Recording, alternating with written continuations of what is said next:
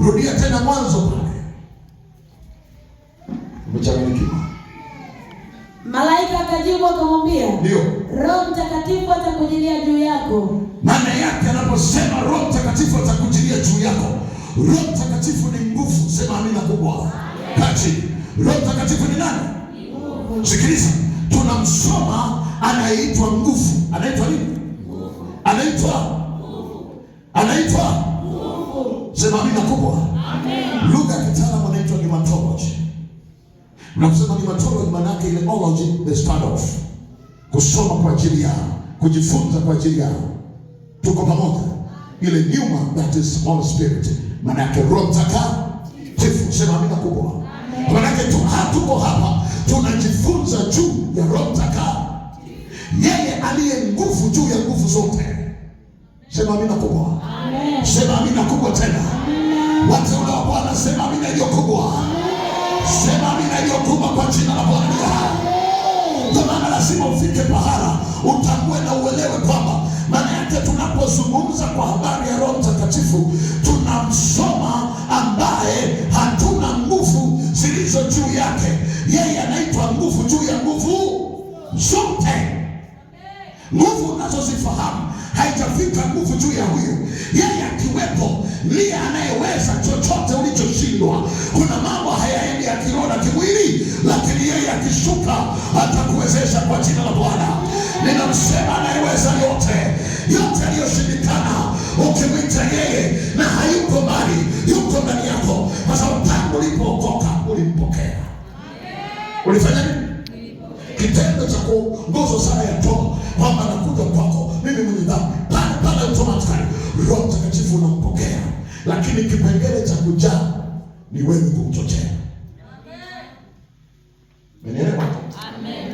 Ni wewe kufanya nini? Kumchochea.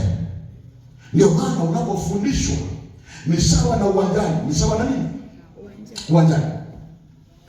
Kocha anakupa mbinu. Anakupa nini? Mbinu. Hii ni michezo yote, iwe riadha, iwe netball, iwe football, iwe volleyball na michezo mingineyo mbalimbali. Iwe ni boxing, ni vyote vile. Lakini maana yake kocha anakupa mbinu. Maarifa mengine utajiongezaga mwenyewe. Niulize, kuna kocha aliwahi kumfundisha mtu piga tikitaka? Kuna wakati mwingine unaona wana dribble, wanaenda hivi mguu mbele, kocha alikufundisha hivi?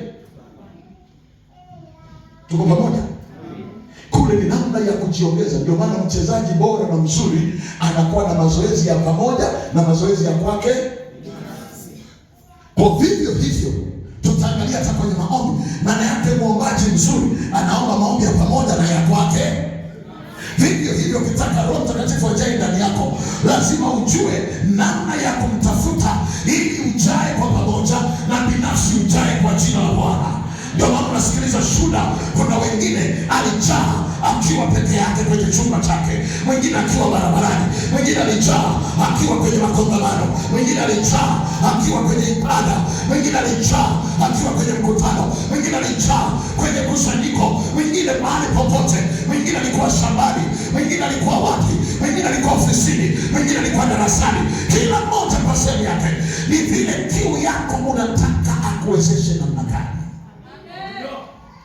Si kama nasema na watu hapa. Nasema si kama nasema na watu hapa. Kama kuna mtu nasafiri naye, sema amina kubwa. Sema amina ile kubwa tena. Halo. Hebu mwambie mwenzio halo. Halo. Mwambie unasafiri. Tuko pamoja. Safari hii uko.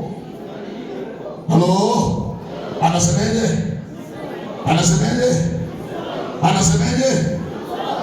Mwambie Roho Mtakatifu asili yake namba 4, anaweza yote.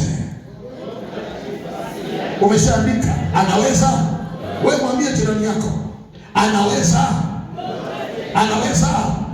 Kile alichokiona Mariamu hakiwezekani, kiliwezekana kwa uwezo wa Roho Mtakatifu. Nasema inawezekana kwa jina la Bwana. Nasema inawezekana. Lile unaloliona ni zito kwako, linawezekana. Kwa sababu anayeweza yote yupo mahali hapa kwa jina la Bwana. Yupo ndani yako kwa jina la Bwana. chochea nguvu za Roho Mtakatifu, chochea moto, chochea uwezo na mamlaka, chochea nguvu zake ili achilie ndani yako. Halo, hebu sema